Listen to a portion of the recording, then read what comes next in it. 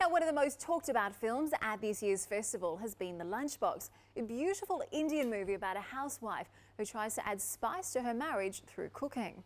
However, the special lunchbox she packs for her husband is mistakenly delivered to a lonely man on the verge of retirement, kicking off a special relationship via their daily messages. Well, I had the chance to meet with the lead actress, Nimrat Kaur, and the film's director, Ritesh Batra, to find out about the unusual story. I began by asking Nimrat how she prepared for the role. I think the idea is constantly to unlearn whatever it is that you learn, and that's a challenge that a script like this and a project like this brings along beautifully. I recognized that when I read the script, and the more I interacted with Ritesh, I understood that I just had to completely submit to the writing, the beautiful world that these characters lived in. So a lot of what went into this film was just by the end of it being and feeling the moments and the life as it was happening to Ela at the time that this whole circumstance comes about. So I did do a little bit of work on my own. Got into the script as much as I could and discussed as much as I could about everything possible with Ritesh. He was really my one-point contact with for everything that I needed to understand about it, because Irfan and I did not have any work together, so it was just a very beautiful organic process to That's the thing, it's a very natural film, Yeah. even down to the eyebrows. I thought you were very brave with. Thank you. Obviously starring alongside people like Irfan, even though you weren't in scenes with him, what a household name. Did that make you nervous, being the likes of working with I him? was actually so excited that he was going to play Sergeant Fernandez, and it made my life so much easier to fall in love with him, knowing that he was going to play Sergeant Fernandez, because he was the actor I had in mind. When I read the script, I was like, how great it would be if he could play this part.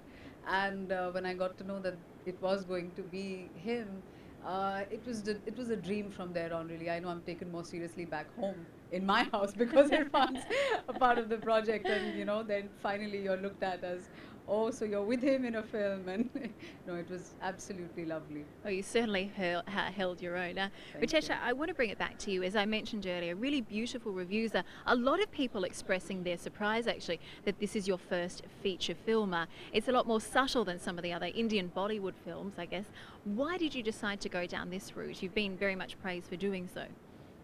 I think one does what they can, and it just came from a very organic place, and it was not designed to make an off Bollywood film or to make a subtle film. I think these characters, everything comes from a place of character, and it's a story about people who have trouble expressing themselves except to each other through these letters. So it was always about underplaying things. It was always about less is more. The conversations with the actors were about less is more.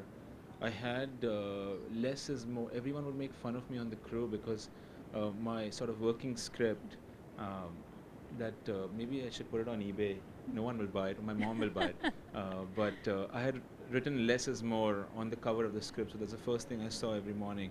But no, it wasn't like a statement but it was what the characters, these characters in this story demanded, that it be subtle and it be less. And it's certainly such a beautiful representation of that. I think you've let it breathe, you've let it speak for what it is. A lot of people thought, though, it might be heading for the Oscars. That has actually missed out on it this time. Were either of you surprised by that? I think one doesn't make films to go to the Oscars, but I think in time, I think at least the consolation is that in time, a better understanding of how global platforms work will come to India. We just need to keep doing our work and keep making more films, tell our stories to the world.